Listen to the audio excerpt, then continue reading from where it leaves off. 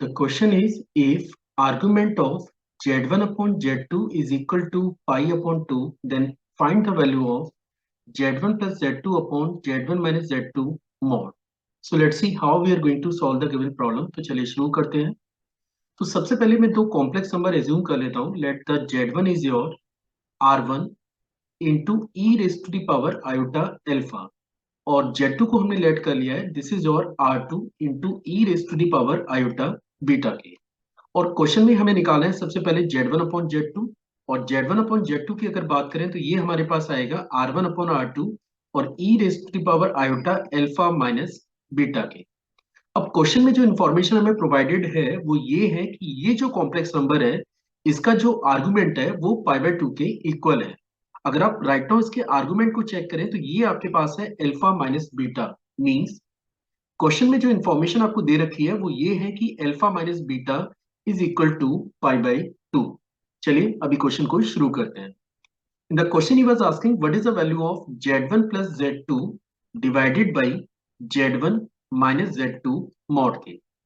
अब जैसा कि आप जानते हैं कि मॉडुलस की एक प्रॉपर्टी है कि अगर आप किसी कॉम्प्लेक्स नंबर के रेशियो का मॉड ले रहे हैं तो आप न्यूमरेटर और डिनोमिनेटर दोनों का इंडिविजुअल मॉड लिख सकते हैं.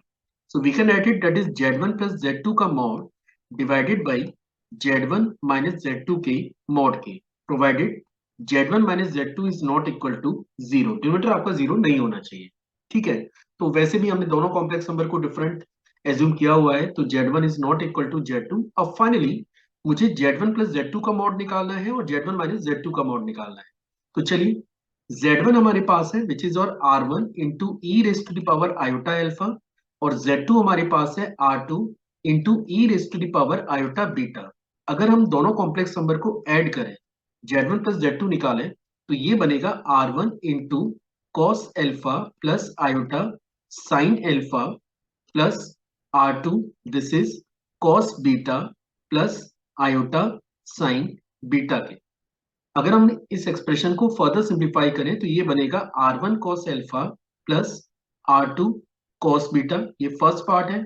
इसके बाद आयोटा हम लोग कॉमन ले सकते हैं, and now this will become R1 sine alpha plus R2 sine beta के. Now what we have to do, हमें गिवन कॉम्प्लेक्स नंबर के मॉड को भी कैलकुलेट करना है. मींस z1 प्लस z2 के मॉड को अगर मैं कैलकुलेट करूं तो ये हमारे पास बनेगा square root of this is your R1 square cos square alpha plus R2 square cos square beta plus 2R1 R2, this is cos alpha into cos beta के, प्लस ये पार्ट भी रूट के अंदर ही है, plus R1 square sine square alpha plus R2 square sine square beta, and the next term is 2R1 R2 that is sine alpha into sine beta.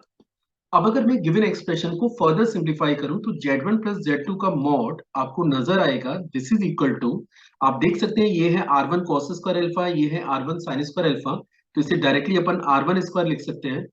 अगले वाले को हम लोग R2 स्क्वायर लिख सकते हैं, and then after 2R1 R2 in case अगर आप कॉमन लेंगे तो in the bracket you are having cos of alpha minus beta.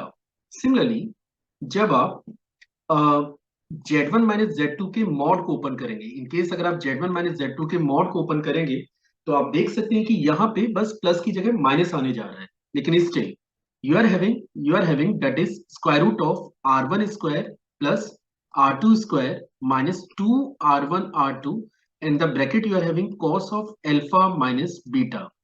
अब आप देख सकते हैं कि क्वेश्चन में जो एल्फा माइनस बीटा है वो क्वेश्चन के स्टार्टिंग स्टेप में हमें पता है कि दैट एंगल इज और पाई बाय 2. अगर ये एंगल पाई बाय 2 है तो अगर मैं यहाँ पे अल्फा माइनस बीटा की जगह पाई बाय 2 सबमिट करूं तो cos 90 आपका 0 होता है. It means z1 plus z2 का जो मॉड है दिस इज और square root of R1 square plus R2 square.